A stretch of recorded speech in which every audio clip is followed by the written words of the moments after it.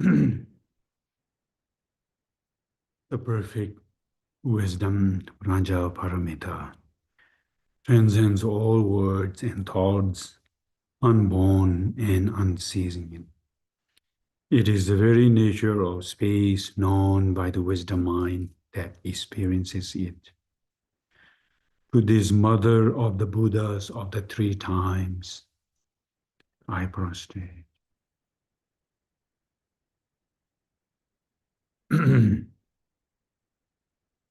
Deyanda Gade Gade Paragade Parasamgade Bodhi So Gade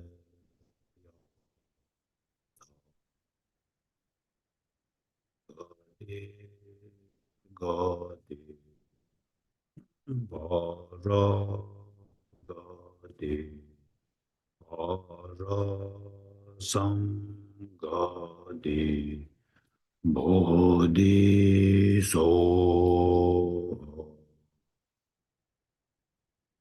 Gade Gade Bara Gade Ara Sam Gade Bodhi So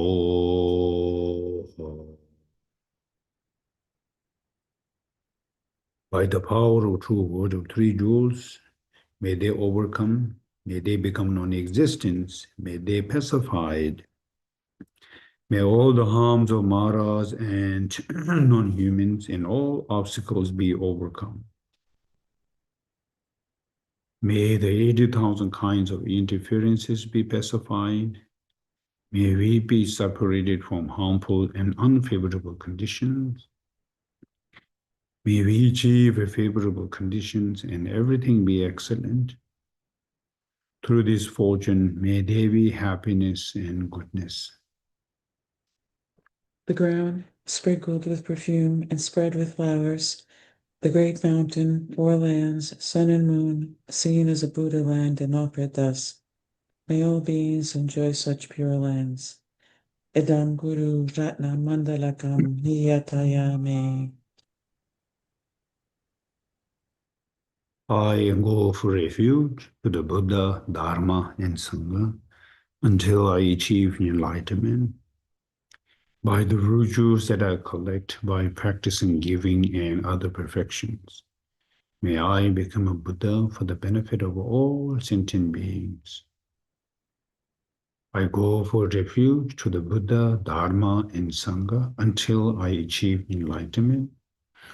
By the virtues that I collect by practicing giving and other perfections, may I become a Buddha for the benefit of all sentient beings. I go for refuge to the Buddha, Dharma, and Sangha until I achieve enlightenment. By the virtues that I collect by practicing giving and other perfections, may I become a Buddha for the benefit of all sentient beings. May all sentient beings have happiness and the causes of happiness. May all sentient beings be free from suffering and the causes of suffering. May all sentient beings never be separated from their happiness. May all sentient beings dwell in equanimity, free from hatred and attachment. May all sentient beings have happiness and the causes of happiness. May all sentient beings be free from suffering and the causes of suffering. May all sentient beings never be separated from their happiness. May all sentient beings dwell in equanimity, free from hatred and attachment. May all sentient beings have happiness and the causes of happiness. May all sentient beings be free from suffering and the causes of suffering. May all sentient beings never be separated from their happiness. May all sentient beings dwell in equanimity, free from hatred and attachment.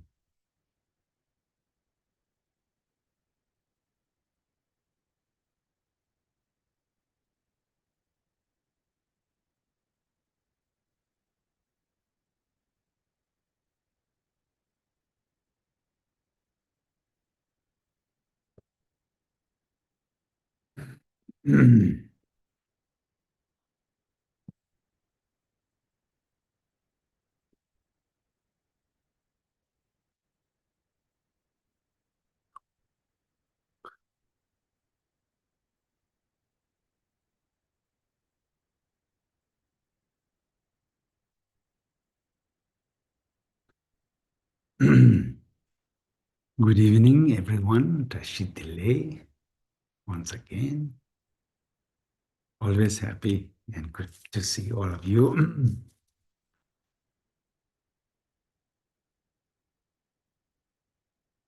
Yes, please listen Dharma, Buddha's teaching, Lambeche, out of motivation of the bodhicitta, enlightenment mind, Changju Kisim, the mind that sincerely wishes to attain full enlightenment in order to benefit every mother sentient beings without exception.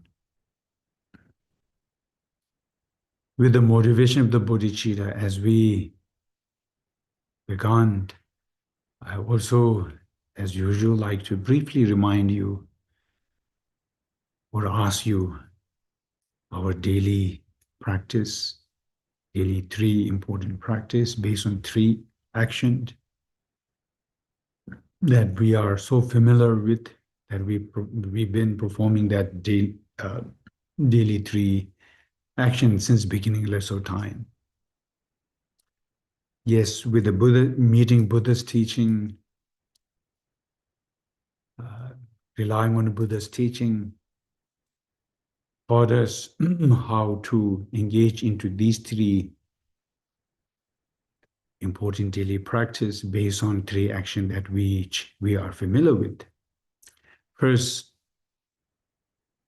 generate positive motivation in our mind every beginning of our day, meaning start our day with generating or developing with a positive state motivation, which is a bodhicitta.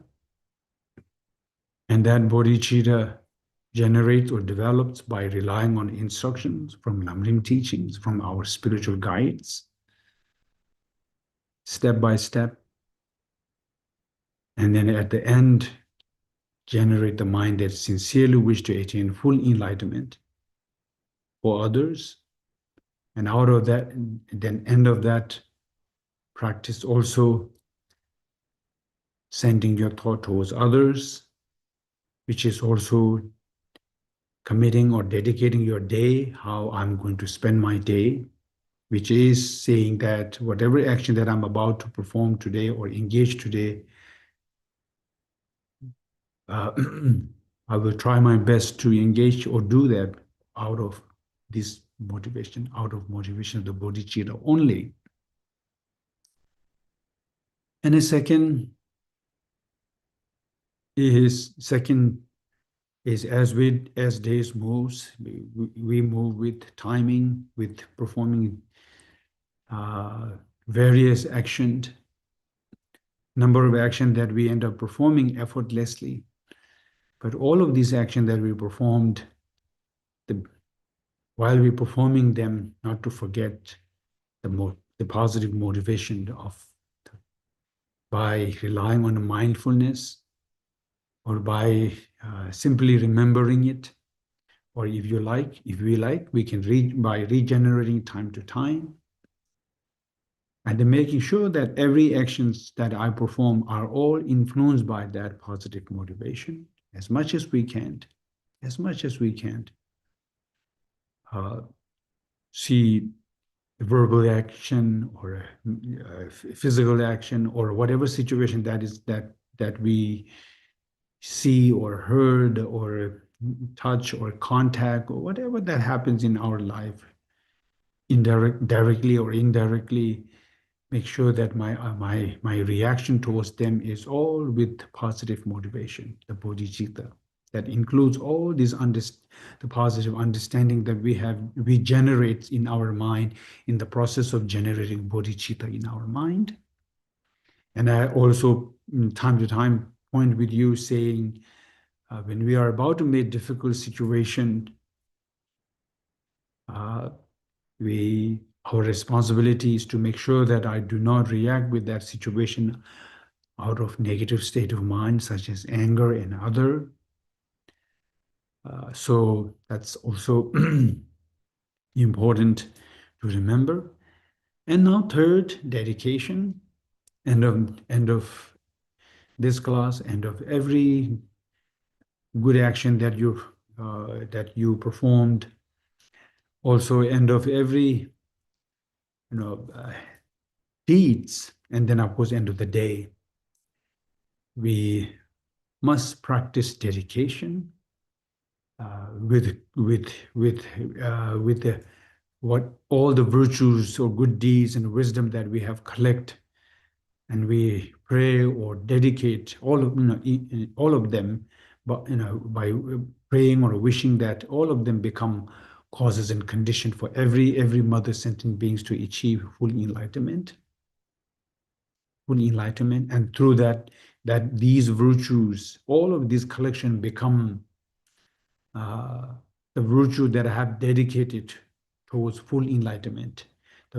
All of these virtues have become, all of these collection have become called collection that I have dedicated for other sentient beings, all mother sentient beings.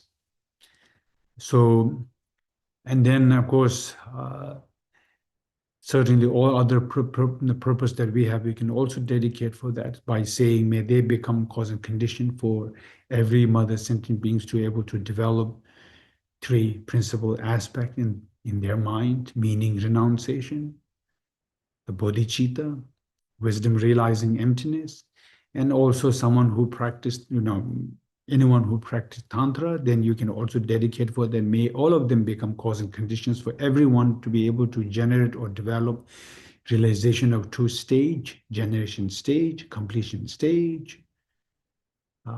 May also these collection bring favorable condition for all of us to for every mother sentient beings to achieve this realization, this achievement, and free them from experiencing obstructed condition, which obstruct them for them to be able to achieve this realization.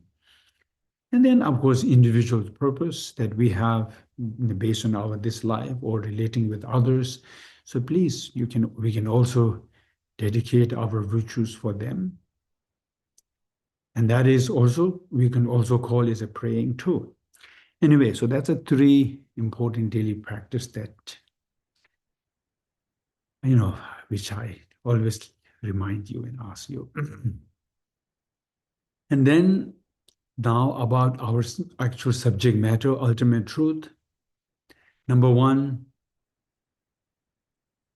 I remind you to think about the benefits of it. And a second, I remind you or ask you is the necessity of it.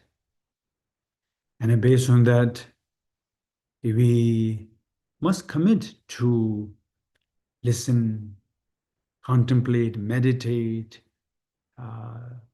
or recite, or read about, and based on daily. Our mind should be always, always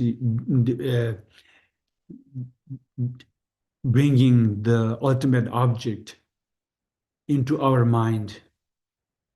Letting our mind to become more and more familiar with ultimate object, emptiness, ultimate truth. Always help our mind to become more and more familiar with it, more and more, more and more. So just as all other meditation that we have learned based on also knowing the purpose or meaning of the meditation, right? Meditation in Tibetan called Gom. Gom is familiarization. Gomba, Gom. Are you familiar with it? Gomsu yobe, like that. Gomba, familiarization. So our responsibility is to helping our mind to become familiar with the object at which we meditate.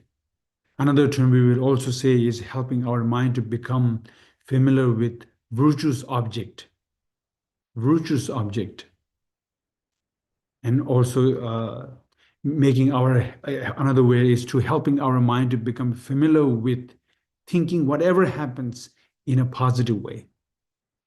No matter what happens in our life, to help our mind to become familiar with viewing that situation in a positive way, based on fact again, based on fact again. So that's why here, see, when my mind become familiar with this, familiar with uh, the virtuous object, thinking positive way, in this and that, again, as I said earlier, based on fact, based on the reality, without exaggerating, without just imagining, completely based on the fact. We try to help our mind to become more and more familiar with virtuous object. Another way is positive way of thinking based on reality. And that's the way how we prevent developing negative way of thinking, wrong way of thinking. And through this, we prevent developing uh, the deluded, all the deluded state of mind and improper the conceptual thoughts, and of course ultimately preventing from developing ignorance in our mind, ignorance in our mind. So with saying this, really, remember a long time ago I shared with you, uh, there's a two line which was given by the Kadambas masters.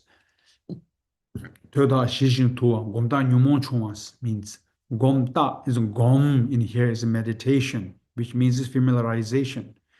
So when I meditate, when you meditate, am I meditating correctly, nicely, in the right direction or not? Are you meditating in right direction or not? There is a sign. It says a gom ta is a sign. There is a sign. Whether I'm meditating, my meditation that which I'm doing, am I doing correctly in right way or not? Gom ta. And the sign says nyumon chunwa, means less delusion. Nice. Gomta nyumon chunwa, less delusions, meaning the delusion that exists in my mind, it, the delusion that exists in my mind, are they getting lesser and less and lesser? And that also includes, am I developing delusions easily in my mind with the situation, this and that? Let's say, example, I used to get anger, I used to get jealousy, I used to get pride very easily with this and this. Now, not. That means delusions are getting less. And that shows that is a sign that shows that the meditation that I'm doing it's a big, it's in the right direction. Gomda nyumon chunga. Tota shishu tua is a listening. Are you listening? We say, are you listening?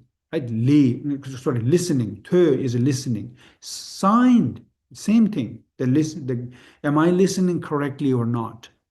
Am I listening? And the sign of the listening correctly or not says tota shishin tua means shishu tua means more peaceful, more calm, uh, so more team. So if I feel if I feel becoming more and more calm, more and more team, and then that is a sign that is so sign that I'm listening dharma in correctly. So let's go back to the point here again. See, uh, knowing the benefits of listening, the benefits of listening, contemplating, meditating on emptiness and necessity of it. And then we must really commit uh, commit to do a practice of meditation based on daily. And and one of the one of the the texts which strongly recommended by all our great teachers, all our teachers, is Heart Sutra. Heart Sutra is the text that they really instructed us to recite in a monastery or in any sutra's teaching. When was it given? At the right beginning of this teaching, we recite Heart Sutra. We recite Heart Sutra. So please, and then we spend number of Mondays together, sharing thoughts each other, encouraging each other. So we must recite Heart Sutra at least once a day. At least once a day. I mean, you can recite more than that when I say at least. So, but no matter what, we should really try to recite Heart Sutra once a day and the follow the instructions that we have shared each other as we recite, starting from the beginning of the sutra all the way up to the end. And if you feel when you're reciting by yourself, if you like to take a break, once you wanted to do some analytical meditation and placement meditation during every between I mean the right before the answer which was given by the Avalokiteshvara for the disciple who are on the path of accumulation and path of preparation. You can simply stop there and meditate and then recite. Then you can meditate in the next session, whichever way you like to meditate. But the point here is to recite and go over the meaning at the same time you're reciting it. That's why we were. This is another line that was said by Kadamba's master, says, "Sik sambu shene song, tön sambu yila koms." Meaning, when you recite Heart Sutra, you are really reciting these wonderful, meaningful words, uh, like a kind word, uh, which means that the word that has a word that teaches a very profound meaning. At the same time, these means a kind meaning, which is meaning is a good meaning, important meaning of those words, meaning of this text. And yila comes means it means the yi is the same komba means it's a contemplate or meditate. So contemplate or meditate about the verse that we are reciting, and at the same time recite. Uh, so and the of course our ultimate aim is to definitely to destroy the self, our root, the root of that which is a self-grasping ignorance with its imprint. That's our main target. But at the same time, we are also aiming to reduce and eliminate all our delusions, At the same time, we are also aiming to purify it or remove all these contaminated karma that we have collected and stored it in us. So so we are focusing on that. At the same time, we also aim to removing the obstacles, right? Removing all these obstructions that obstruct us to be able to develop each of these realization that which we aim to generate in our mind, uh, starting from how to rely on a spiritual guide, the realization of how to rely on our spiritual guide, all the way up to the realization of the bodhicitta. That is the method side. the method side of that. And then when we come to the wisdom side, and then realization of recognizing the object of negation, and then realization of realizing emptiness, every level, every level, from the starting from through the genetic image and all the way up to realizing emptiness directly. All of these abstractions, all of those abstractions are object that which we aim to remove or destroy. And for that we recite Heart Sutra. For now, we should recite Heart Sutra and also meditate on it. And then what happens by doing this is mainly, really, mainly what we end up doing it, we end up collecting wisdom. We end up collection of the wisdom. We call it. The other one is a collection of merit. And now this one, we end up really collecting the collection of the wisdom, which is in the nature of,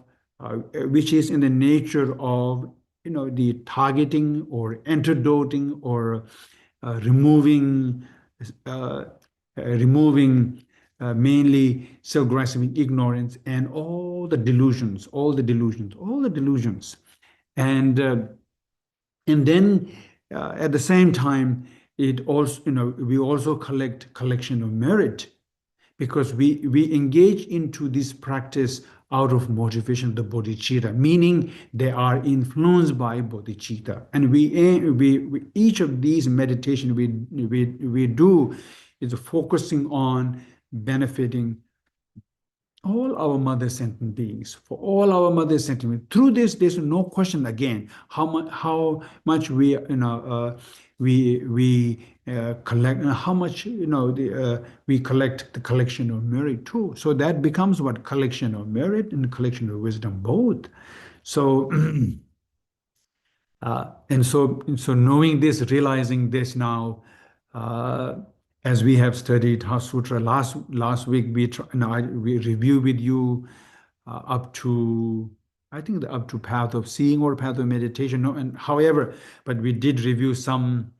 But again, knowing the actual form of the sutra, which starts from, which starts from the Lord Buddha Shakyamuni being in this, appearing in the form of being in the state of meditation, meditating on emptiness, and the main function of the Lord Buddha Shakyamuni was a blessing, the blessing Avalokiteshvara, blessing Shariputra, blessing all the disciples, all the disciples who are there, who have participated there, all the disciples, directly receive the blessings from the Lord Buddha Shakyamuni, and by that blessings, by the power of that blessings, Shariputra, Shariputra asks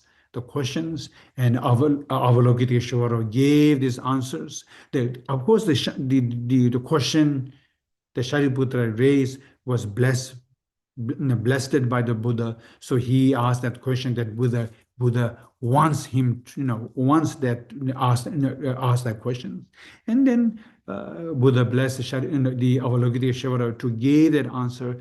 To give that answer. So knowing, visualizing when you come to that actual form, which is the actual sutra, start from there. So the visualizing that environment, and then, as I was sharing with you last time, we can imagine him being in there too. This is how also, our teachers instructed us. When you recite the Heart Sutra, it's not like we ourselves are reciting it and having that the visualization, and then the based on Avalokiteshvara's answers, what we how we follow is we follow with both instructions, which is the brief instructions and extensive instructions which is given to the disciple for disciple who are in the path of accumulation and path of preparation. And then we are also part of that. We are not someone who have not entered actually into any of this actual path. They are also part of that. For us, and Buddha gave the brief answer. The brief answer covers entire our lifetime, entire our time, how to practice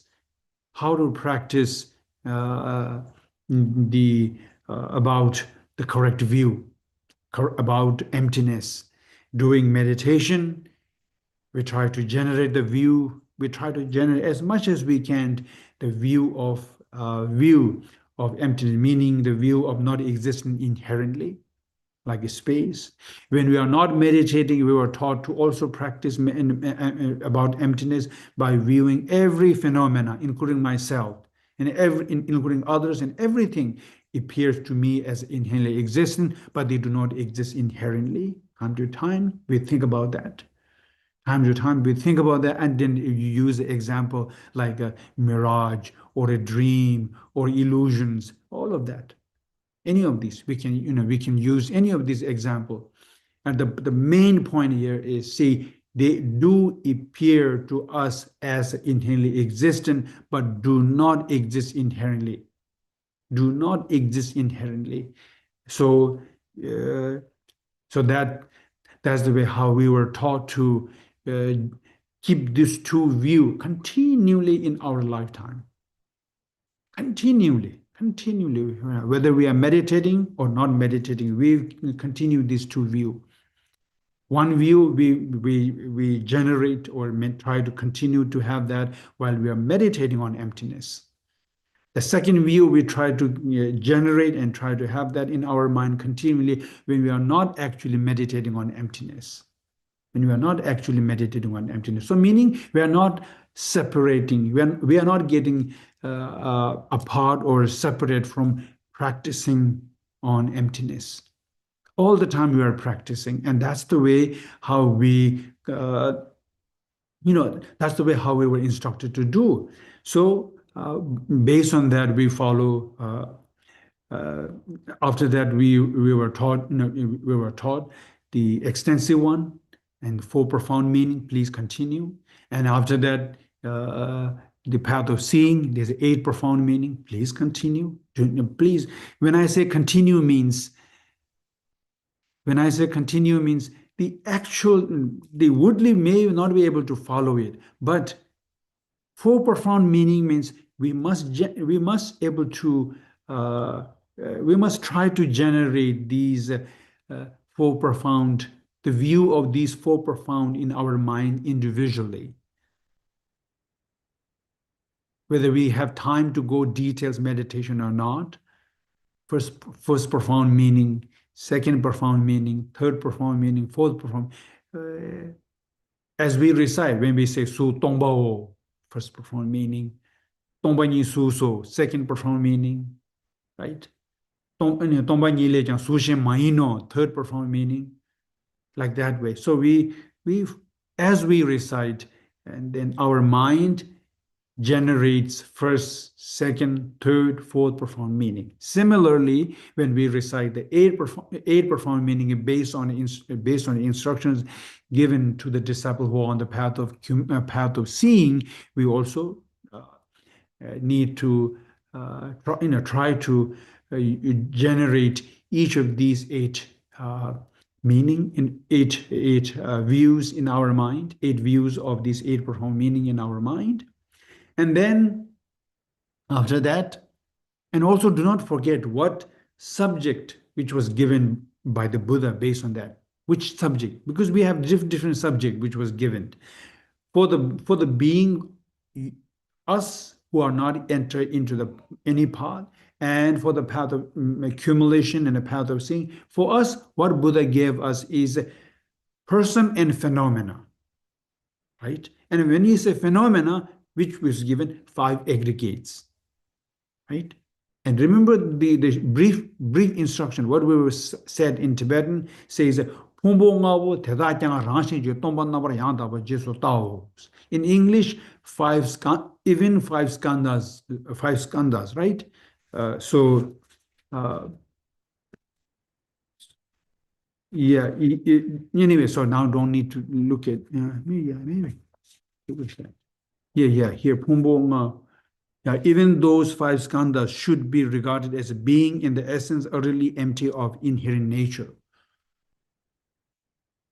In that sense, the base, even that includes I, me referring to the I, and the five skandhas as a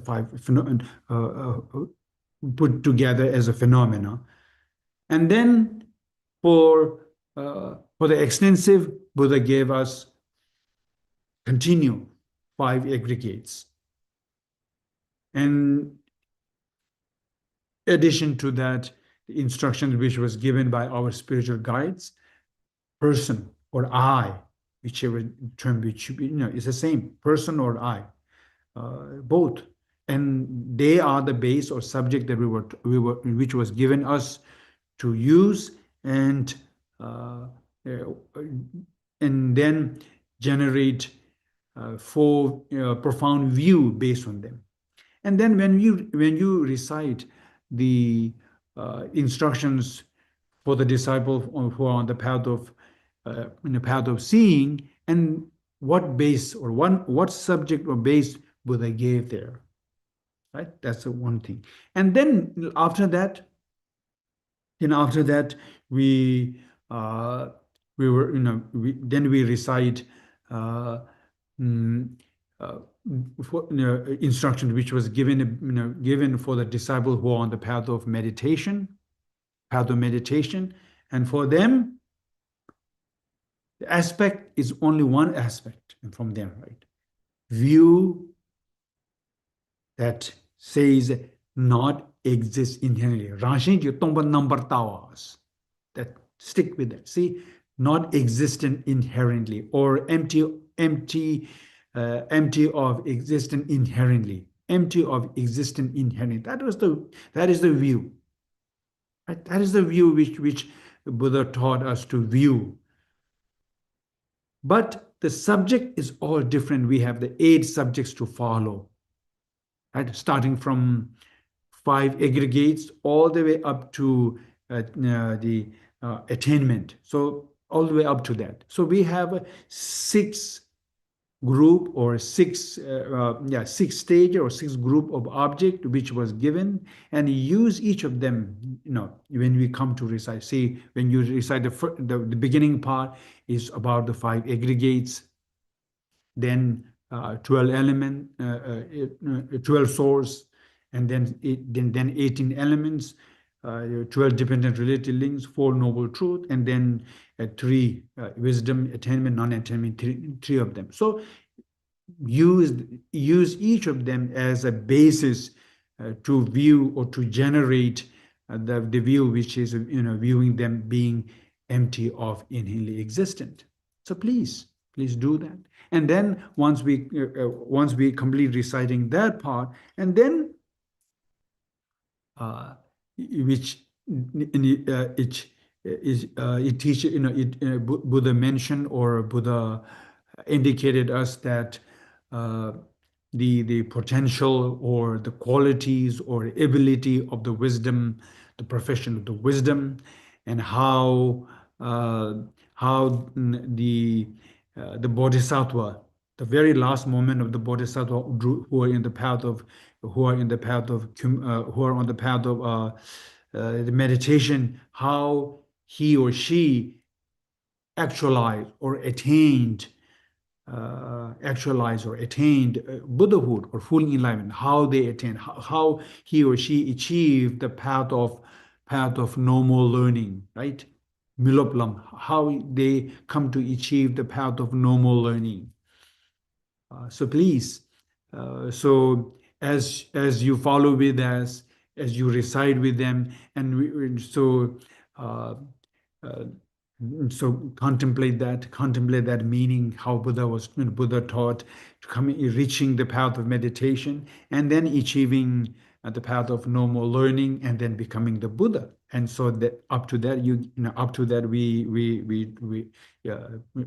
follow as we recite, and then comes mantra. And when you recite the mantra, uh, there are a couple of ways, some ways, but as a group, we just follow with the reciting it. If you are individual, uh, sometimes we were also taught to, when you come to reciting the mantra part, and there we go, we recite the mantra 3 times, 21 times, 7 times, 21 times, and then we meditate in during that time. Also, sometimes we do that. We meditate. First, we meditate on recognizing the object of negation, and second, we meditate on refuting the object of negation, which is not, which is, refuting that, refuting existence inherently, we do that. And then, of course, the following word of the mantra also, please,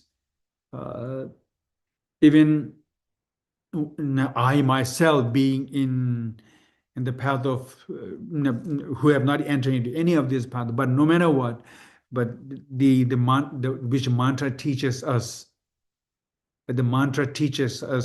how these the disciple, with the who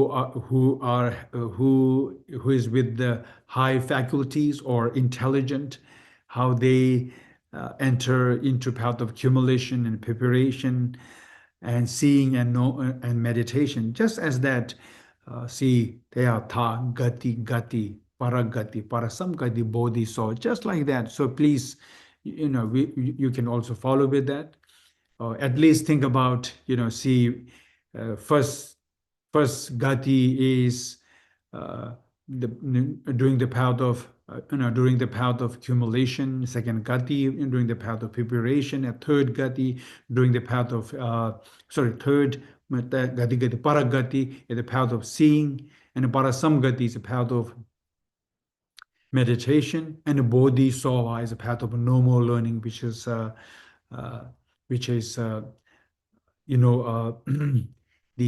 Buddhahood.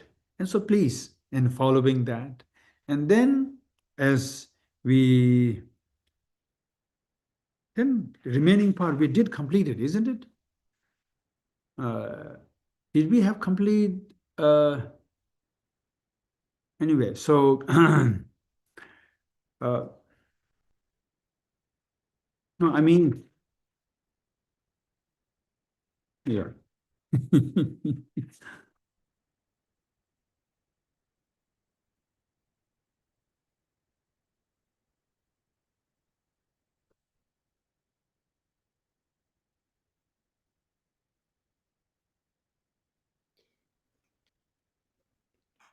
Yeah, and then after complete reciting the mantra, and then remaining part, the remaining part, which is a ending, right?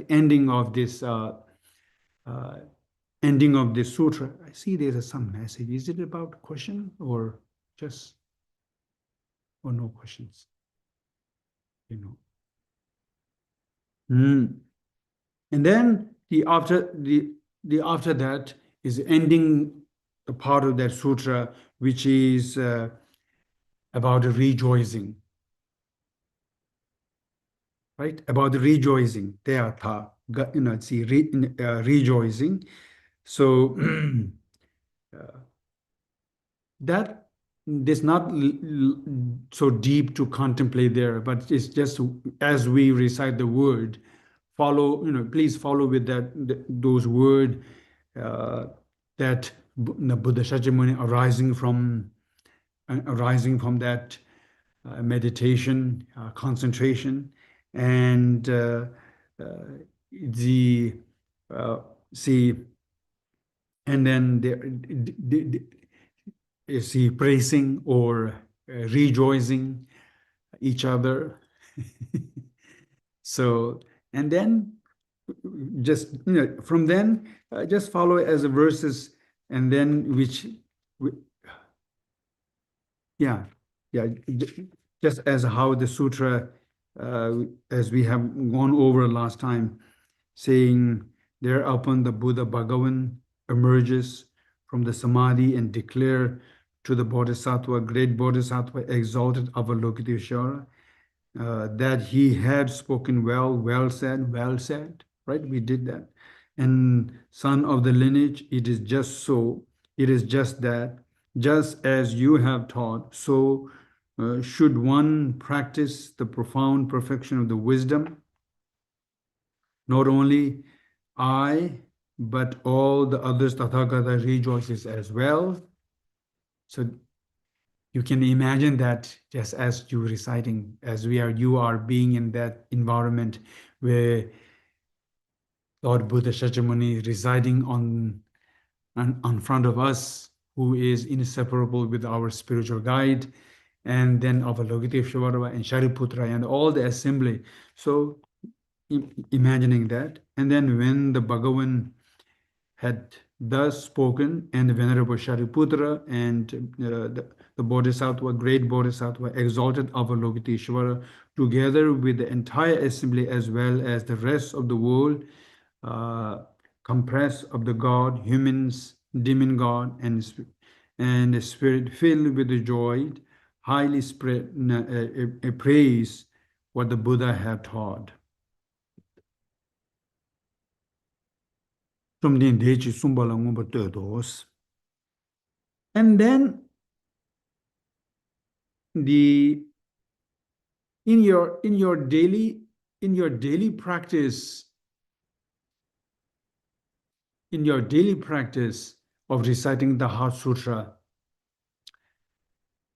you don't have to recite the title in Sanskrit and Tibetan and English the way we have here, like in Sanskrit, in Tibetan, English. You don't have to. You start from, as we, I mentioned that to you last time already. You start from making Pavakunjo Sumla Chatselos, which is making a prostrations to Aryat 3 jewels, right? Papa Kunjosums, like Papa is a noble, superior Papa. Kunjosum 3 jewels, Papa Kunjosum la Chaselos. Then, right after making the prostration to 3 jewels, and start from reciting, thus did I hear at one time in English, but Tibetan says Dikye Tuba Tuiche Na, Chomden de Jabukas, from there. So, and then when you, as I said, when you like to meditate, you can always stop when you're reciting. And then if you wanted to recite the mantra, when you reach that way in the sutra where we have that bodhi soha, at that time you can recite the mantra of it based on how much you like to recite. And then when you complete reciting, when you reach all the way up to, says in English, says that highly praise what the Buddha had taught. In Tibetan say, and here also taught us to recite what we do at the beginning of our class here. In Tibetan says, in Tibetan here says, Teatha, Gadi Gadi Parasang Gadi Bodhi Soha. In English we have here too. I don't know which you have or not here. By the power of true word of 3 jewels. And we recite Dobar Juchi, Mebar Juchi, Shivar Juchi in Tibetan. And in English what we have here is, may they overcome, may they become non-existent, may they pacify. And then at the 3, as we recite these 3, we clapped. It's the sign of destroying 3 root delusions. 3, like 3 poisons. 3 poisons. Self-grasping ignorance and desire attachment and hatred or anger. These 3 delusions are the 3 main poisons. Remember, in the wheel of samsara, very center we have a three image of three animals. And these three animals image represents three poisons: desire, attachment, and hate, and the root of these two, which is a self-grasping ignorance. So we call Nyumo Tuk Sum in Tibetan. Nyumo is a delusion, Tu is a poison, Sum is a three diluted poison. And what are they? Döcha Shedang Timu in Tibetan. Döcha Shedang Timu. Döcha is a desire, attachment. Shedang is a hatred. And then Timu is like ignorant. That is self-grasping ignorant. So we clap three times is mean is destroying these three diluted poisoned. May they overcome, may they become non-existent, may they pacify. So Dobar Juji, Mebar Juji, Shivar Juji is. And here in one, there's also in when you look at the sutra, the extensive sutra has a comparison, has also mentioned about the comparison between these two. Comparison meaning says and such an person recited Heart Sutra with the meditation and have then by the power of reciting and meditating on emptiness, reciting Heart Sutra and meditating on emptiness, have destroyed such and such and such a delusion, such and such obstructions. And same as I, same as a we, also recited Heart Sutra and meditated on the meaning of emptiness, and may the power of that too destroy these, like meaning three diluted poisons and all the other obstructions. So, but which was also stated in sutra, and sometimes when we do like extensive recitation of the Heart Sutra, and we recite that those verses, it is also we don't have included here, but if you are interested, then I can find out. It says comparison between, as I said, such and such a person have recited, meditated, destroyed this and this and this, and now as we, someone who as we recite and meditating on emptiness, may it also come to destroy these obstructions and these diluted poisons. And then we clap these three, and then very end says geri dagi parchi midumbi chori nyeba tamche shinti kuru so ha in Tibetan. In English we have here, may all the harms of maras and non-humans and all obstacles be overcome. That's it. See, this is here. Dagi parchi midumbi da is enemy, which is what? The enemy is this is not talking about the enemy, like the inner enemy. Ge is obstruction, parche is also obstruction, mitumba is which is not suitable, which not suitable means which obstructs, and chori nyeba tamche means all kinds of negative, all kinds of these, all kinds of these wrong or negativities or obstructions. Shintikuri sohas means may they, may all of them become overcome or become non-existence. And the last word and after that we recite the verses says in Tibetan, Geri Tongda Jichu Shiwata, Mitun Nube Chetan Chawada, Tumbra Duju Pensum Tso Jurbe, Tashi Tejan Tingder Tele shows. In English, may the 80,000 kinds of interference be pacified. Right? Geri Tongda Jichu Shiwatans.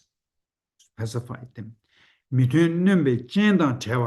So may we be separated from harmful and unfavorable conditions. And the third line says, may we achieve favorable conditions and everything excellent. And the last word says, through this fortune, may there be happiness and a goodness. So when you recite Heart Sutra, that must include two. Right end of the sutra, which we which say the uh, actual sutra says highly praise what the Buddha had taught. That ends, and then say taya tha gati gati paragati parasamgati bodhi sohas. Now, what you have done, I have done reciting Heart Sutra. What I have done, I have meditating on emptiness. I have done meditating on emptiness, meaning of emptiness.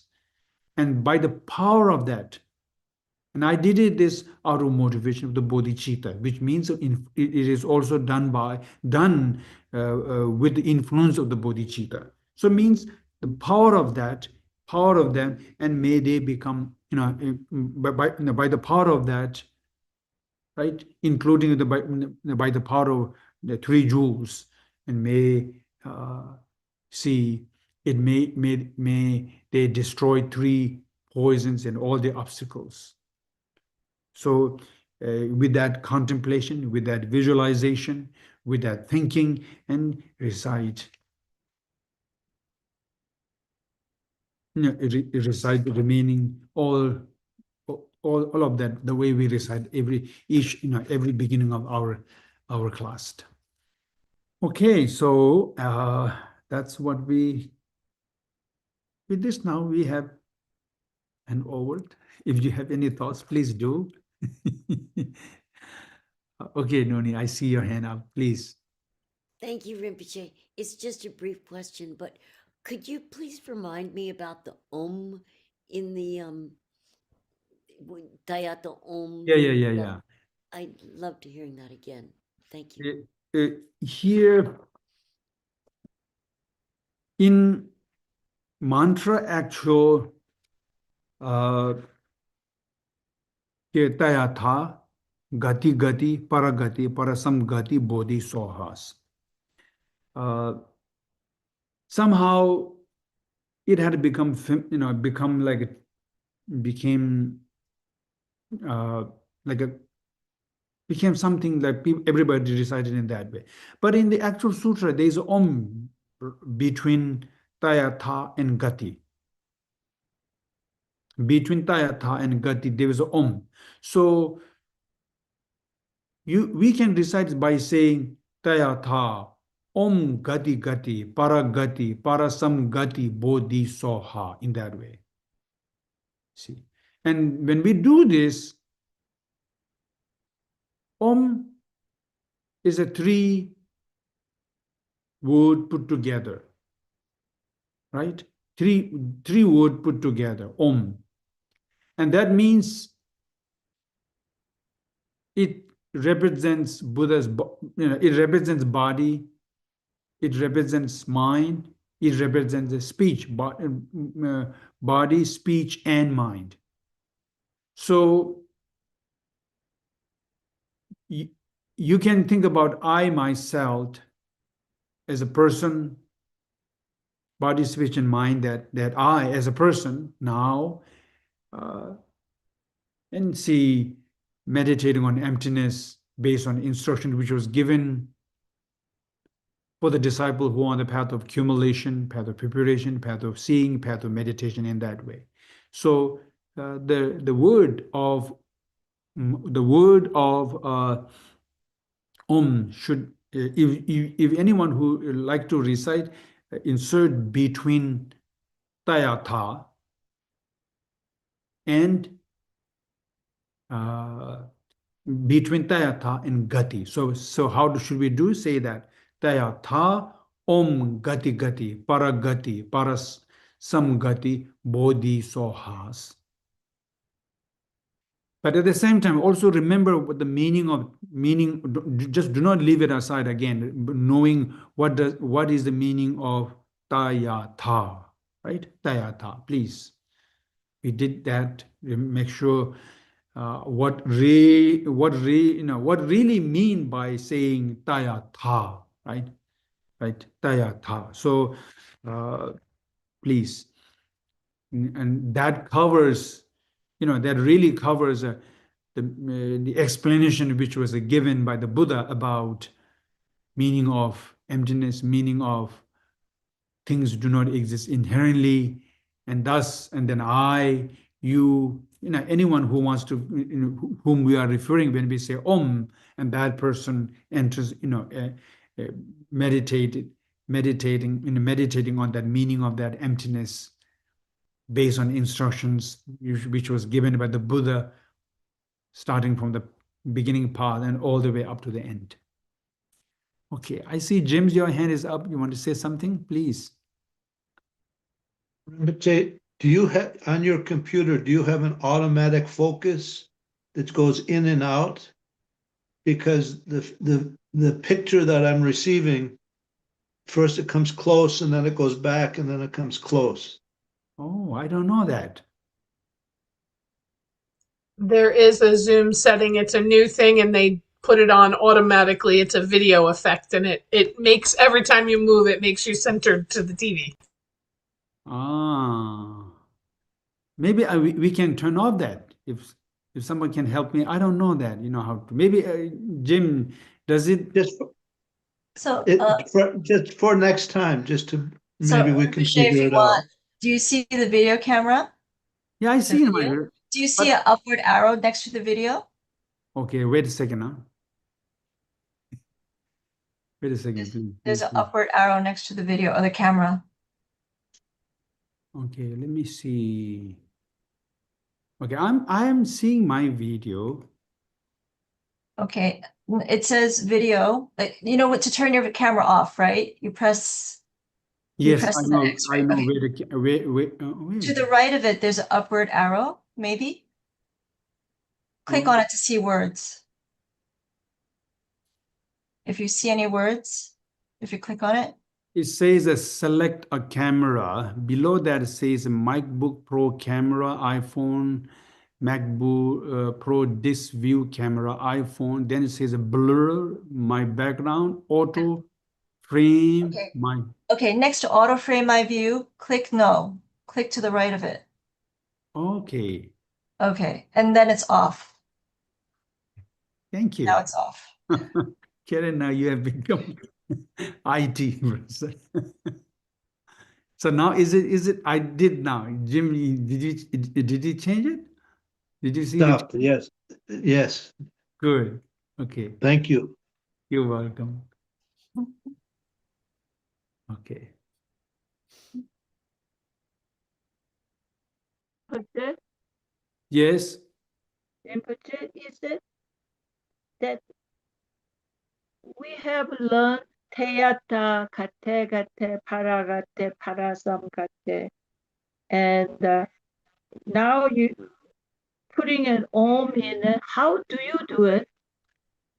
I have become so familiar with the reciting without Om because in the monastery we recite Heart Sutra every morning, and it you know it was not we you know the monastery as a group do not recite Om. I don't know how that it started. It's been like that for a long, you know, so long time, Yeah, many. So that yeah, I do without it. I'll say Tayata Gadi Gadi Paragati Parasam Gadi Bodhi Sohas. Uh, yes. thank you, Rinpoche. That's how, as I know, all Mm-hmm. the uh, Zen tradition Mm-hmm. I said to see. without Mm-hmm. Om. Mm-hmm. Mm-hmm. Thank you, Rinpoche. You're welcome. Good. I see your hand. Yes, thank you, Roche. Just a small point. I think you said that it was Vimalamitra who translated from Sanskrit into Tibetan Yeah. with the help of a Lotsawa, but I didn't Mm-hmm. catch the Yeah. Lotsawa name. You mean okay?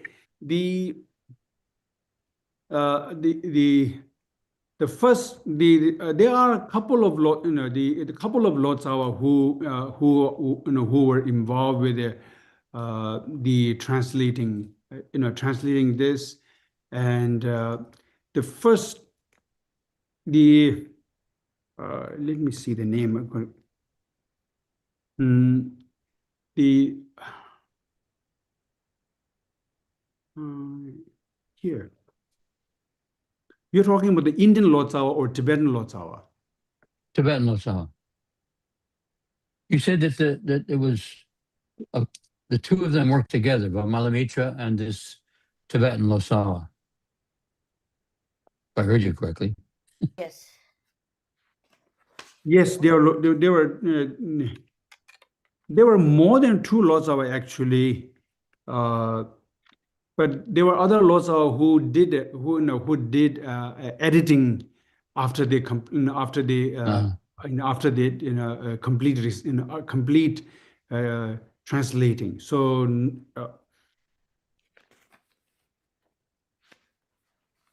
yeah, there were more than two translators who involved with that. They were two because the main Lotsawa, one Indian Lotsawa and one Tibetan Lotsawa together, and then after they have completed, several other Tibetan Lotsawa who have studied Sanskrit, they also checked it on, and then once they have once they have the went over and everybody comes to agreement with the translation between Sanskrit into Tibetan, and then it was approved by it. Okay, as I said, it's a rather small point probably, but Mhm. basically this group of Tibetans worked with Vimalamitra, is that correct? Yes, Malamitra was one of the main one. Yes, And what was his role? Did he he's a introduce teacher. He's but what? did he introduce the Heart Sutra to Tibet? No. We cannot say he introduced Heart Sutra to the Tibetan. What happened was, see, all of these Sanskrit, the sutra in a Sanskrit that which exists in India during that time, there were various translator Lotsawa who traveled to India and brought them to Tibet. During King Sunzang Gampo, one of the first earliest, the Buddhist king in Tibet, and then which continues, and as these Sanskrit sutra in Sanskrit after they arrive in Tibet, and they were, of course, they organized these act of translating under these authorities, but they appointed these translator Lotsawa who are well known and who are well known to them, and it was not really done like individually done by these days how we are doing now, but it was really done by the involvement of king, involvement of various teachers, and so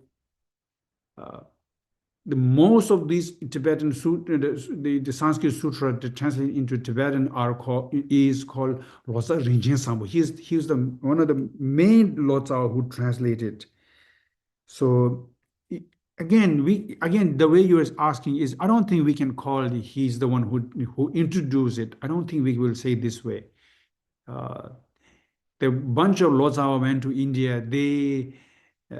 They study Sanskrit in India, and they learned those sutras in Sanskrit in India, and they brought like volumes of these sutra which is in Sanskrit, and they brought to Tibet. And then luckily, fortunately, there are various Indian masters, not just one or two, many Indian masters who committed to help for that, and the other also, or who are also committed to teach. They also travel from India to Tibet. They are Indians who are native Indians. So the Sanskrit is their mother language. And they also study Tibetan. Some, like Lord Atisha. There are many others too. They study Tibetans. And then Indian great teachers who went to India and studied Sanskrit, and they also become good in, they also become really good in Sanskrit.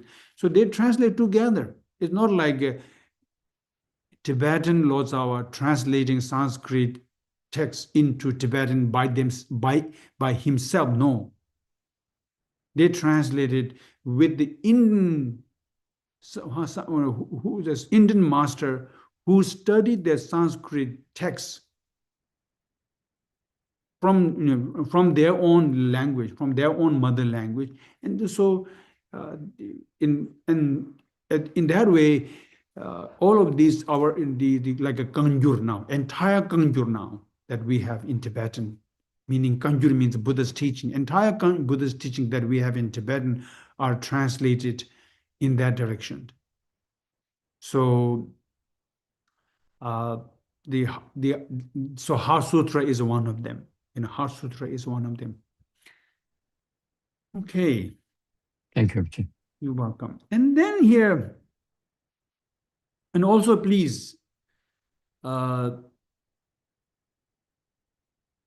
also, while we are going over this Heart Sutra, I also share with you, we also share with you, each other about, briefly, about these 5 parts. That also keep it in our mind when you hear about path of accumulation, path of preparation, path of seeing, path of meditation, path of normal learning, and the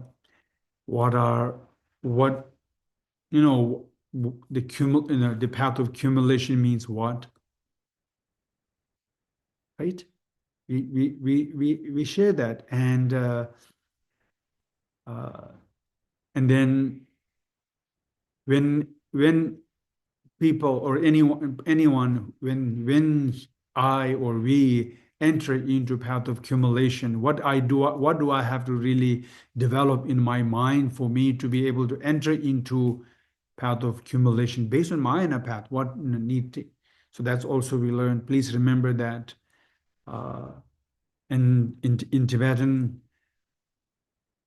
and then in Tibetan, Cholam, right? Chöngoto, which is direct realization of reality or Dharma, which was a given explanation or definition of path of accumulation. And so how they come to enter path of accumulation is by developing actual bodhicitta in their mind.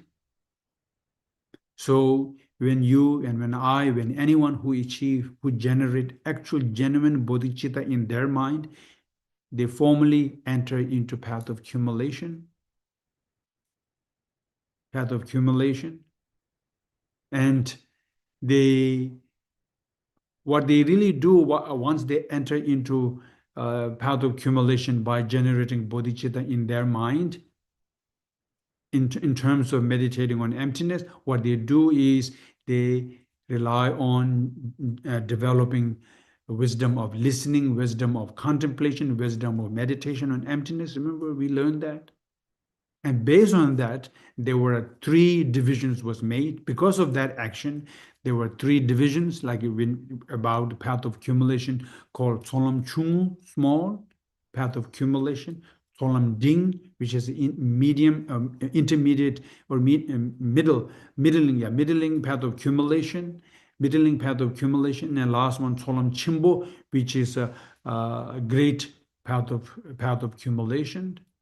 And so please remember that. And then we also, and these 3 paths of accumulation has different functions, different qualifications they achieved based on that. See, first one, Tambanyashashi, foreclose, what do you call that? Foreclose placement of mindfulness. And second path of accumulation, which is middling, is for abandonment, for perfect abandonment, for correct abandonment, right?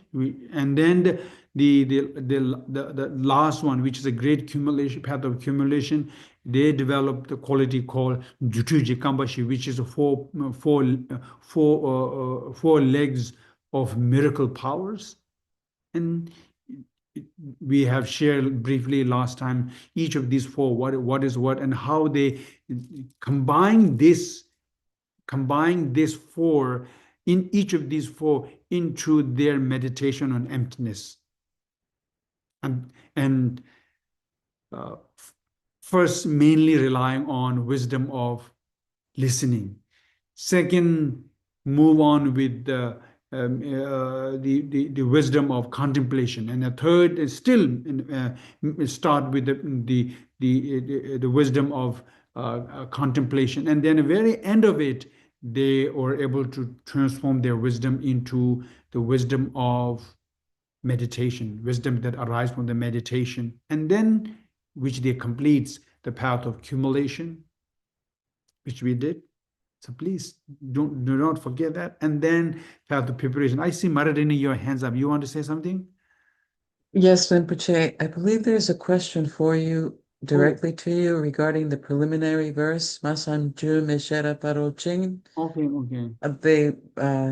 I believe Lali wanted to know if you could please give an explanation on that verse and if it should be recited. Okay. Here, before I go there, I will just let me just briefly end that. See, so this is the path of accumulation, and then path of preparation. Dolram, right? Dhyongoto in Tibetan, which is a clear realization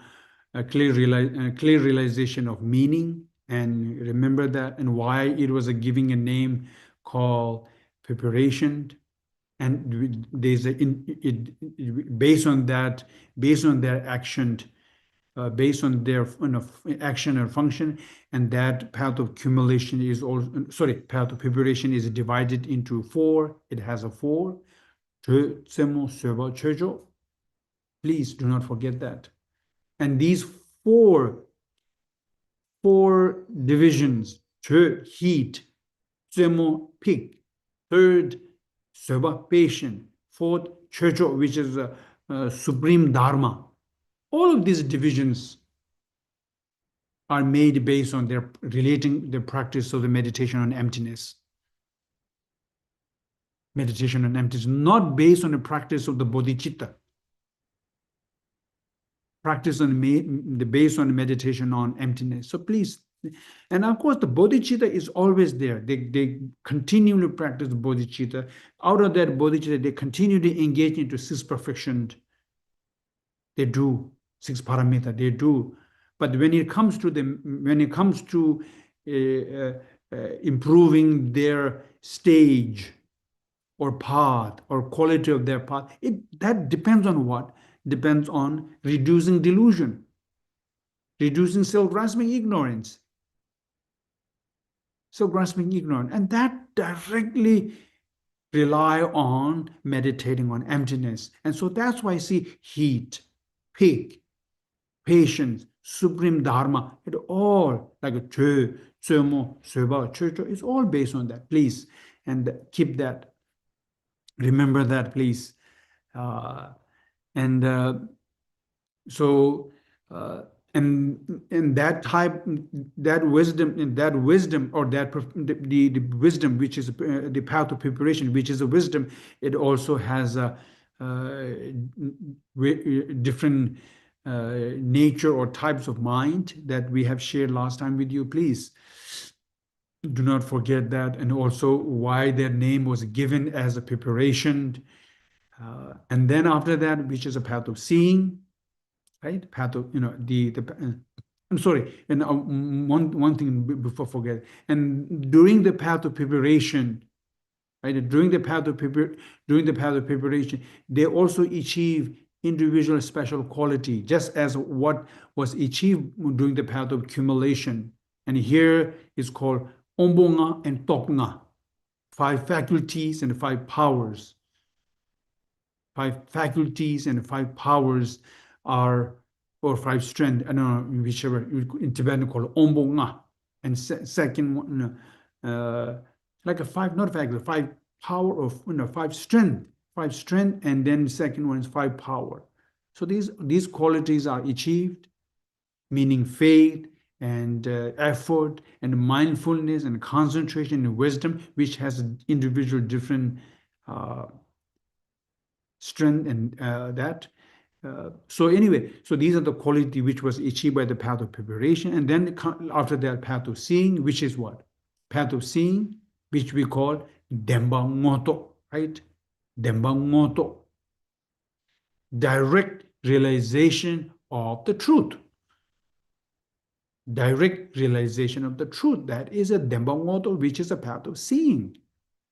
And that also has and that based on their function, their activities, their function and their activities, and based on that, there are the two divisions. One is meditative equipoise, one is the after meditative equipoise. And then meditation and equipoise are also divided into two, Parjamelam and Namdrelam. Also, that is based on their function and activities, which is a liberated path. Oh, sorry, uninterrupted path first, and second one is a liberated path. Please remember that. And then there are other divisions we have learned, and must not forget, please. Then there's another important division about the path of seeing during the meditative equipoise, which they makes like like 16, 8 plus 8 to do, yeah, 16 divisions based on the first 8 are the uninterrupted path. Second 8 are the liberated path, and these 16 are come into that number because of based on 4 noble truth. Each noble truth has a four divided. We briefly spoke about it, and maybe when we read another next text, when we go to Nagarjuna's text, they also have that teachings on it. So that time we can bring more details on it. But anyway, there are 18 divisions of meditative, the meditative equipoise of path of seeing. That also something to remember, to know. And then how these bodhisattva move from the path of accumulation to path of preparation, path of preparation to path of seeing. Please, that also must continue. And their quality, while they're in the path of seeing, what quality they achieve working on that is Chanchu Yangla Du, we call it. Chanchu Yangla Du, which is 7 factors of enlightenment. Maybe that's not good translation or not, I don't know. But in Tibetan, called Chanchu Yangla Du, right? So these qualities are achieved by them. And then after that is the path of meditation, right? The very last one, path of meditation. And the path of meditation, what do we call it? We call it Jilangoto. Remember? The Jilangoto, which means is a subsequent in the direct realization. Direct realization. And then why these the term was given, and the divisions are there. But between the path of seeing and the path of meditations are very similar. Their function, their divisions are very, very similar. So once you view clearly about path of seeing, then the path of meditations are very clear, because the nature of their wisdom about realizing emptiness are in the same, and only the difference is potential or potential or strength, but the nature is the same. So they're like that. And then within this, we spoke briefly last time about when the path of meditation, how they divided into these obstructions to achieve liberation and obstructions to achieve the full enlightenment, how they divide within these 10 bhumis and within these 10 bhumis. So this is also something when you have time to think about it without forgetting. Okay, now masam jume shera paru chens. Mache miga namke ngoni. So so rangri ishi ju yu wa dusum gewe yumla cha selos. That's a, see, it is a verses that we recite at the beginning of our class, every beginning of our class. Remember, we recite that. Now masam, I'm looking at now. Masam jume shera paru chens.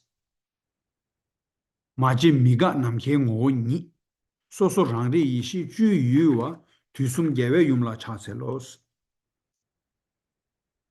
Yes, number one, it makes prostrations to the mother of the three, the Tusum Gyave Yum, like see the mother of Buddhas, right? The mother, see the mother of the Buddhas, and this also, it also teaches meaning of emptiness. It teaches, what is really,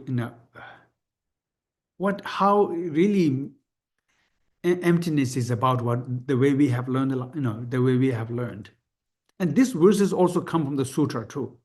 This verses also comes from the sutra. Let's look at here. First one, say ma sam jume, right? The ma sam jume. Ma is like, it's the word that you use to be able to express this and this. Ma, like saying it. Ma. Some is a thought. The thought that we generate, thinking this and this and this and this. Some.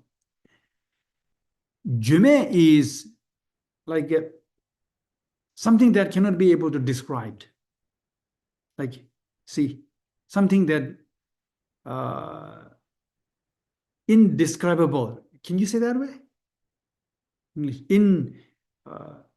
But the word that we have here is different than what we have here. Says transits in all words and thoughts, right? So, but whichever it is, see, ha sam jume. This means is what, like, see, the Buddha or the Bodhisattvas who have developed the wisdom realizing emptiness directly, and or any Bodhisattva who have developed the wisdom realizing emptiness, other, with the generic image, even them, they have realized emptiness. But the emptiness which they have come to understand, which they have realized is, the way they have come to realize, could not able to express in words, could not able to. Some jumes means, so that you cannot able, see, some jume. Sherab paru chains, meaning the Sherab paru chain is the perfection of the wisdom. The perfection of the wisdom. So here, what if we can probably say this way, seeing that the perfection of the Sherab paru chain, the perfection of the wisdom, Pasam Jume is indescribable by thoughts and by words. Masam Jume Sherab paru chain. Mache means not arise. Not mega means not cease. Ma is a negating word. Cheva is arising, so not arise. Me is as also a negating word, so gak is a cease. So means does not arise, does not cease. So see, mache mega. Namke ngo is namka is a space. Like a space. Namka is a space. Namka. Ngo is nature. The nature is like a space, meaning that. Namke ngo is like, in the nature is like a space. Mache miga namke ngo is. So so rangri yishi ju yu was. So so is like individually. So so is individual. So so the rang ripa is that meaning the function in the rang ripa is like individually realizing. Yishe is wisdom. Sometimes we translate as awareness. Sometimes I see that some translator use as a wisdom, but it is the mind which has the same nature like wisdom. So we can call it as a wisdom, like so rangri yishes. So individual, how to say rangri, so let's look at the verses that we recite here. Known by the wisdom mind that experiences it. But in here we have, say, mache is unborn, and mega is unceasing. It is the very nature of space, like see, so namkyo ngo nis. So rari ishi juyuwa. Third line in here says known by the wisdom mind that experiences it. So it's not very literal translation. So, but when it comes to translate, maybe more literal, maybe we should say something individual objects realizing something like that. So so rangri yishi juyu was. So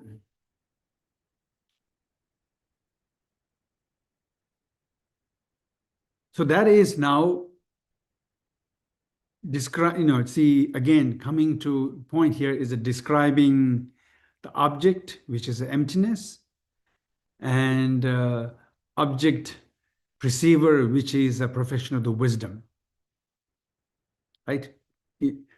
Both these, both of them, see the object emptiness and the object perceiver or object realizer, which is a profession of the wisdom, the profession of the wisdom. And the very last line, what we have here is called Tusum Geve Yumla Chaselo. Tusum is a three, three times. Yawa is a conqueror, Yawa, conqueror. Yum is a mother, so mother of the conqueror. Conqueror is referring to the Buddha again, the Buddhas. Another terminology is referring to the Buddha, conqueror. So Tuzum Yeve, Yum is a mother, La is to Chaselo is a prostrate. So prostrate. So means I prostrated to the mother of the conquerors of the three times. Right? The mother that what is that? That is a profession of the wisdom. That mother now, when we ask, what is the wisdom? What is the mother of the conquerors of the three times? And the answer is the perfection of the wisdom. So see, the perfection of the wisdom. And when they describe about the profession of the wisdom and its object emptiness, and they come to describe that as saying is unable to describe by word and thoughts the way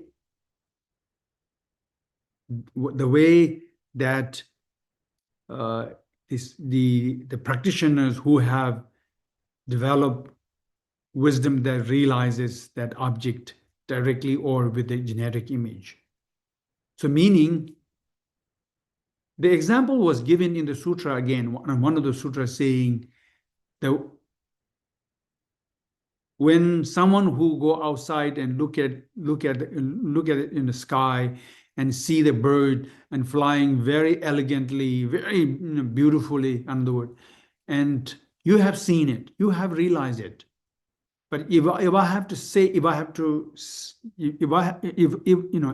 say, tell someone about it, I could not able to say the way I have realized it. Similarly, see these these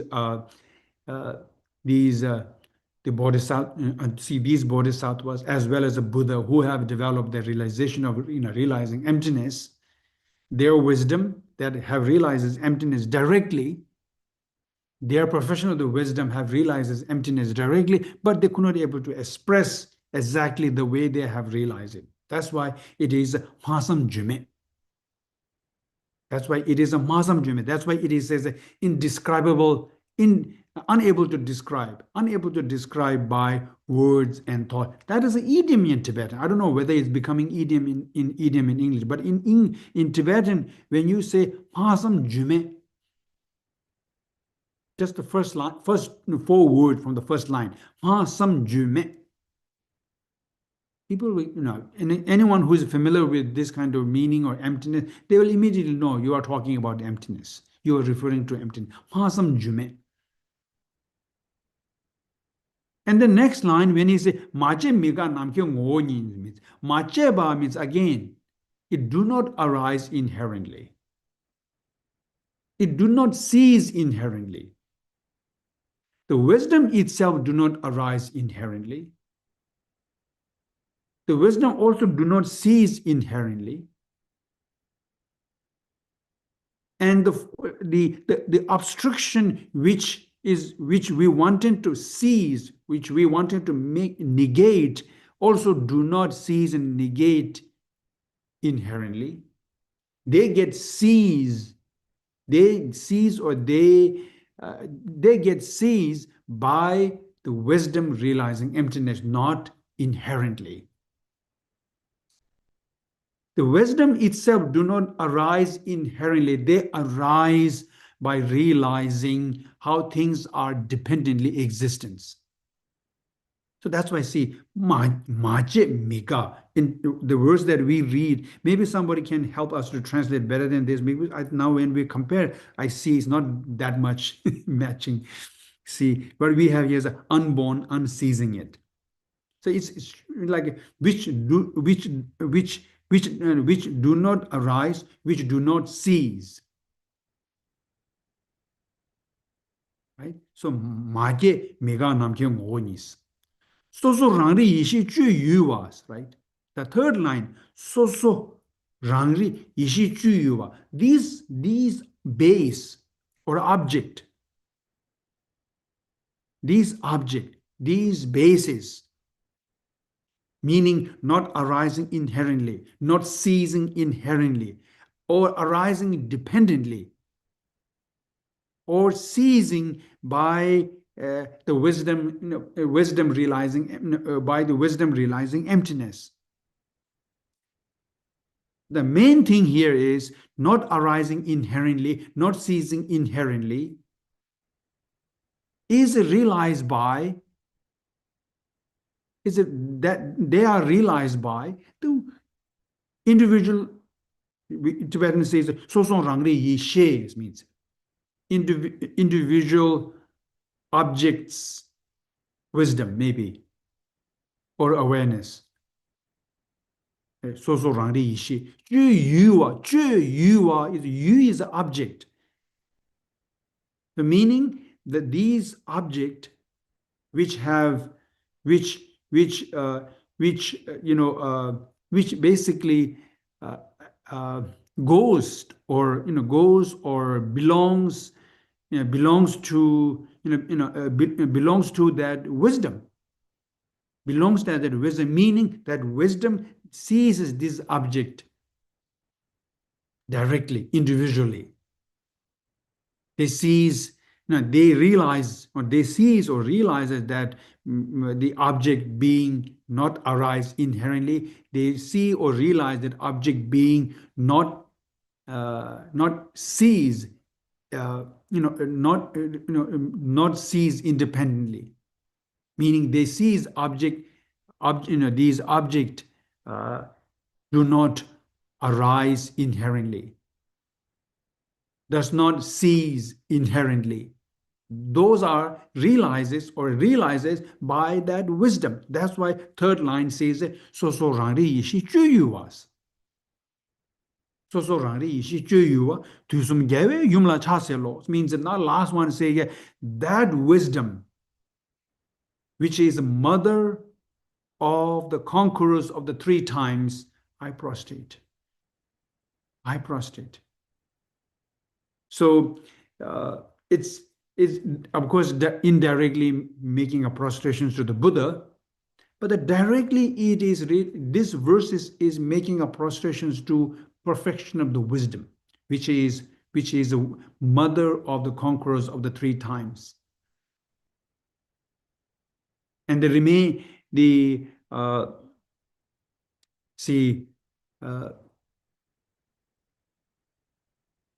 if we make it like the way we have learned, like a subject and a predicate to be abrubant, like see the masam jume sheraparuchen. That line teaches us. Teaches meaning it say indicated us that the profession of the wisdom and the object which was perceived by them, which is emptiness, is something could not able to express by the word the way they have realized it, could not able to could not really able to do that. That's why it's called masam jume. And the second line teaches us predicate to be abrubant and the example. The first four word teachings, mache, mega means not arise inherently, not cease inherently. That is a predicate to be abrubant. And namke ngo is example. The example that you use like space, like the space. So in here, namke ngo ni, like in the nature like space. It namke ngo ni, ngo nature, like a nature like a space. Namke ngo nis. And what that wisdom do? What that wisdom do? That wisdoms realize that object, realizes these the object which says and not arise inherently, not ceases inherently, that includes others. So that's why third line says so rangri yishi ju yu was. So rangri yishi ju yu was. So at the same time, it must bring into our mind by reciting this. It says the delusions and ignorance and karmas and all of these things that is happening in the sufferings and happiness and all these things, they are all arising dependently on cause and conditions, not inherently. They arise dependently. That's what the second line meant it. And then the next word says cease, not ceases, and then seizing them, seizing all of them, also not happening inherently. They happen because of these seizes happen because of the profession of the wisdom. And that's why the profession of the wisdom can able to seize all of these, and from then all three times of the Buddhas are born from them. All three times of the Buddha are born from the profession of the wisdom. That's why profession of the wisdom is a mother of the three times of the Buddha.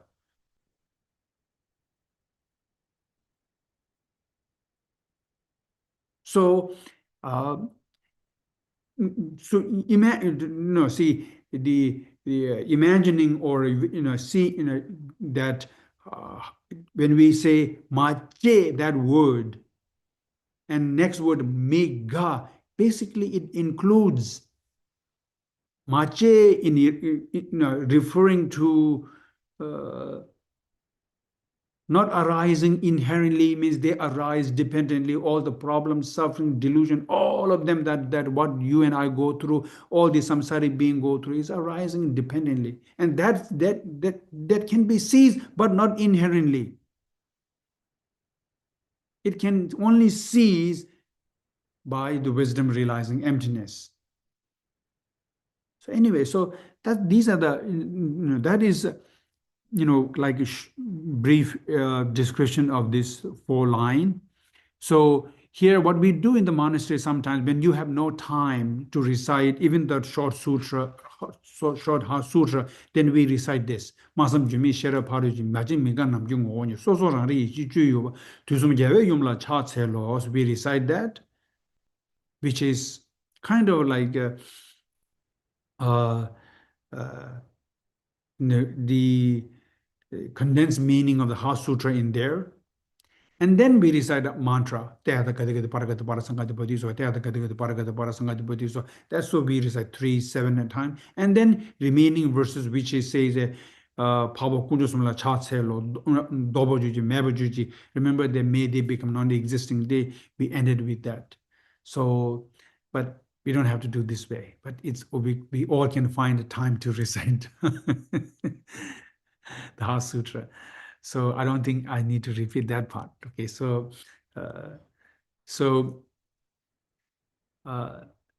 if we have to say something about the emptiness, we can,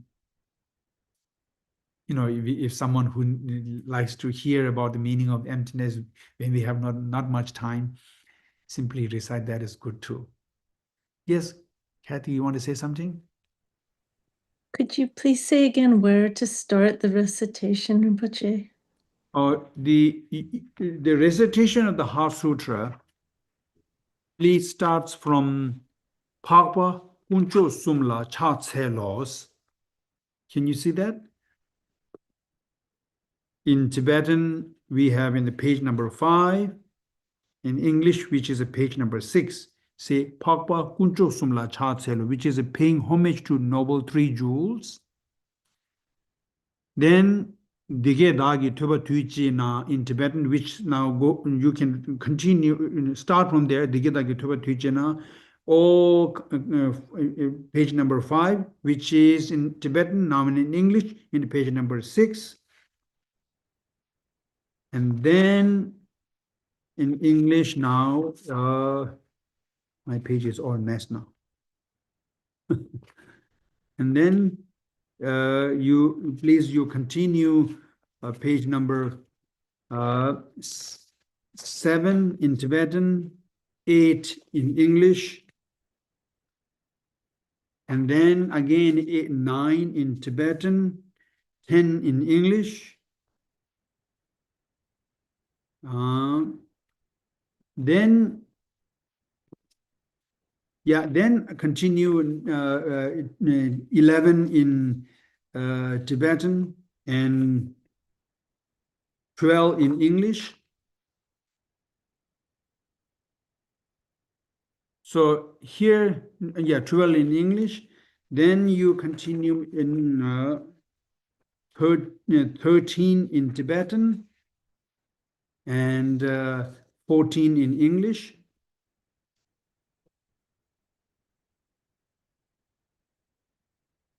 Yeah, 14 in 14 in English.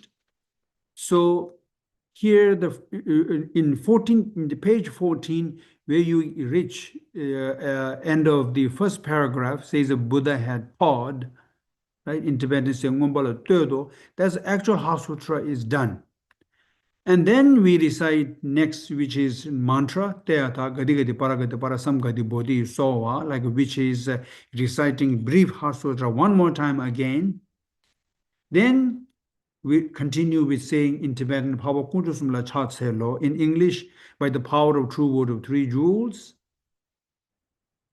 And within that, we are not only by the power of Three Jewels, that includes by the power of your reciting Heart Sutra, by the power of meditating on emptiness, and by the power of Three Jewels all together. And what we recite here is, may they overcome, may they become non-existing, may they pacify it. In English, in Tibetan, Dobojuji, Mebajuji, Shivajuji. So we clap 3 times, then imagining that 3 poisoned, right? 3 diluted poison have destroyed, they have become non-existent, they have pacified it. And then after that, continue to recite that last line in that page. 13 in Tibetan and 14 in English, which says, may all the harms of Maras and non-humans and all obstacles be overcome. And then last, page number 15 in Tibetan and 16 in English, which says, Geri tongda jiju shiwa tang midun nimbe chetang chawa da tumbar duji pyusung soju be tashi tejang dingdir dele show. That's in Tibetan. And English says, may the 80,000 kinds of interference be pacified, may be separate from harmful and unfavorable conditions, may we achieve the favorable conditions and everything be excellent. Through this fortune, may there be happiness and goodness up to that. So that's like dedicating or praying at the same time. So that's the way how we should recite. So maybe next time we can recite together one time. So then so then you can continue with your daily English. Okay, so this is now. Let's assume that we complete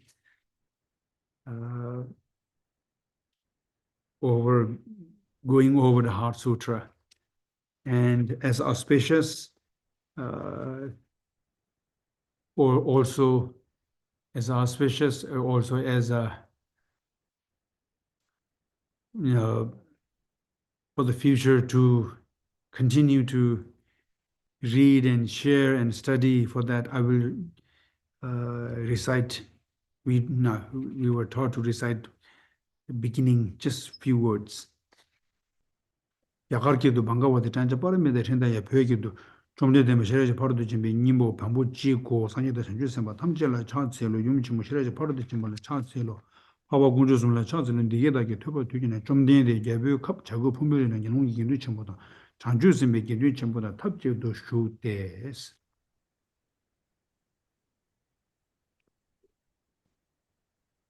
Rinpoche, Yes. is it Rinpoche, this is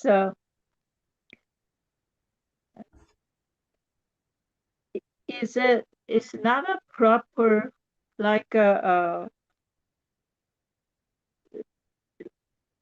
habit of just reciting mantra or walking or like that. It's not proper to do that. Rather have to recite the way you went over now all the way, because in order to memorize all this, it's a big task for me at my age, and then also habit of just reciting mantra the way it is, and walking or just doing something. And so I'd like you to comment on that, and also the feeling of when I am reciting mantra, the feeling, there's certain feeling that it may be wrong feeling, but I had that all along. But now you're teaching, putting it all that in a intellectual and explaining all that. It doesn't come into feeling part of it. So I would like how you do it, and when you do it, and what feeling do you, I mean, yes, it's just it suddenly becomes a soul, because we are just taught to recite the mantra before, and that's been going on for decades. It's I understand the proper way, but it becomes quite a task now. Here we go. Let's lay here. When we do in our daily practice, when you recite practice that you have committed, such as like a Guru Yoga practice, and all the part of that practice. Remember the last time we went, such as like text called Foundation of Good Qualities, which has very, very short. It only have, I think, 13 or 14 verse. And when you recite that with one of them, to also recite Heart Sutra, could be in the morning or could be in the afternoon, but it's at least once in your. Then with doing this, and then mantra recitation can also be continue while you're walking. See, we do recite mantra when we do, like we call kora, which means a circumambulation of the stupa or monastery or temples. Doing that kind of activities, we recite refuge mantra, we recite mantra of Lama Tsongkhapa, we can recite the mantra of Heart Sutra or other deities.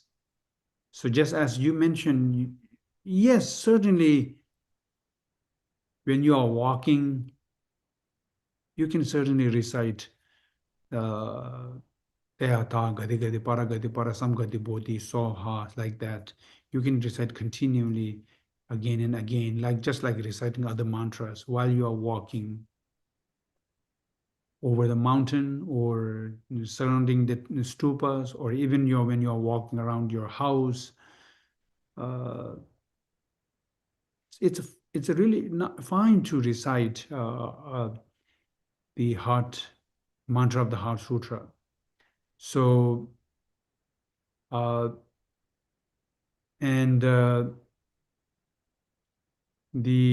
then the feeling what you need to, if you recite Heart Sutra, say a mantra of the Heart Sutra, you can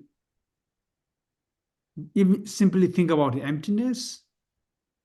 If you don't want this and that, just simply think about the emptiness, the wisdom that trying to understand, your mind that trying to understand the meaning of emptiness. You can simply just think about the meaning of emptiness as much as you can. You can also do various visualizations, seeing when you recite that mantra at the same time, the receiving blessings from the Buddha, which is the clear light, nectar, being in the nature of wisdom, realizing emptiness, descending into you, and then getting that blessings into you and blessing your mind and body and speech, and particularly blessing your mind, and that your mind can come to realize meaning of emptiness. There are some instructions which gave about visualizing the mantra Teatha, Gati Gati Paragati Parasamgati Bodhi Soha at the center of our heart, which we visualize moon disk, and then visualizing that mantra and doing that. That also could be done. But however, when you are walking, you simply recite verbally, and then, as I said, meaning of emptiness is one option. Meaning of the worldly meaning that we have learned called gati, paragati, parasamgati, that meaning also another word,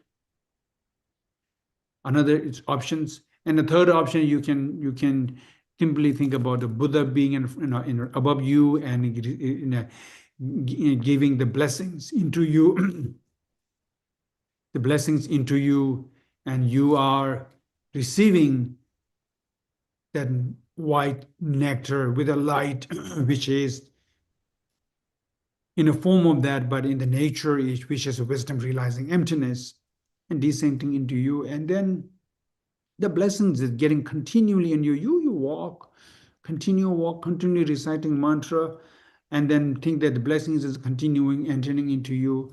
That could be also one way to do. So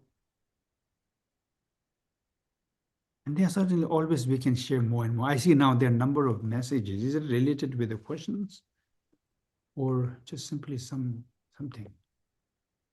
What is it? Oh, there's no question, right? Is it there a question? Yeah, I hope. Kevin's cat died. There's a picture of it, Oh, Rinpoche. I'm so sorry. Oh, Yeah, sorry, I didn't know if it was appropriate, but I just wanted to share. that's fine. Thank you. We'll keep. What is the name of the cat? Leo. Leo. Okay, I'm sure everybody will keep in their prayer. I'll do that too. Thank you. Thank you very much. I'm so sorry. Rinpoche, I know we're heading to prayers, but I wanted to say I'm just so grateful to have had a year of a teaching for the text that I love so much. I've always loved it, and it's been almost exactly 1 year since you started this. So thank you for giving us so much time to learn all the pieces and probably so much more we didn't learn yet even. You're welcome. Thank you. Okay, now let's come to the dedication practice, please. The ground sprinkled with perfume and spread with flowers. The great mountain, four lands, sun and moon, seen as a Buddha land and offered thus. May all beings enjoy such pure lands. Idam Guru Ratna Mandalakam Niryatayami. Dedication, please. By this virtue, may we quickly achieve the level of a Buddha and lead every sentient beings without exception to that enlightened state. May all sentient beings who are like my fathers and mothers enjoy happiness. May the lower realms always be empty and bodhisattva dwell everywhere. May every one of their prayers be accomplished. May the precious supreme body mind grow where it has not grown. Where it has grown, may it not decrease but flourish forevermore. May the precious wisdom realizing emptiness grow where it has not grown. Where it has grown, may it not decrease but flourish forevermore. Through the power of all these virtues, may I complete the collection of merit in wisdom and accomplish the two holy bodies that arises from these two collections.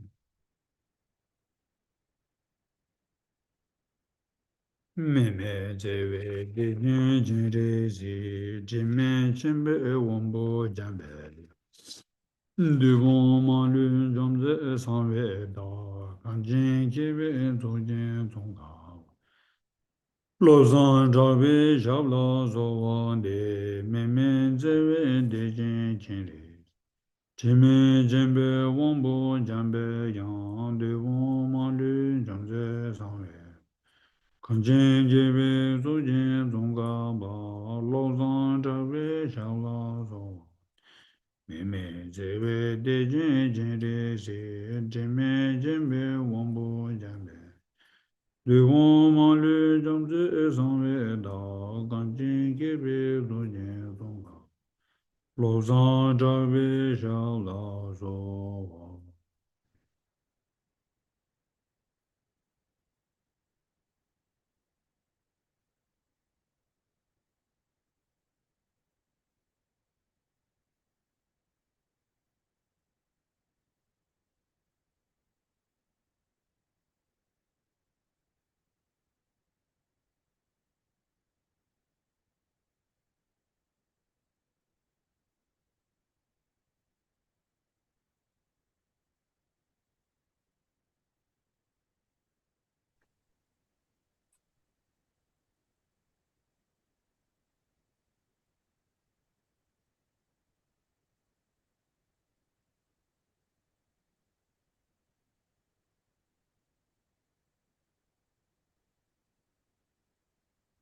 Thank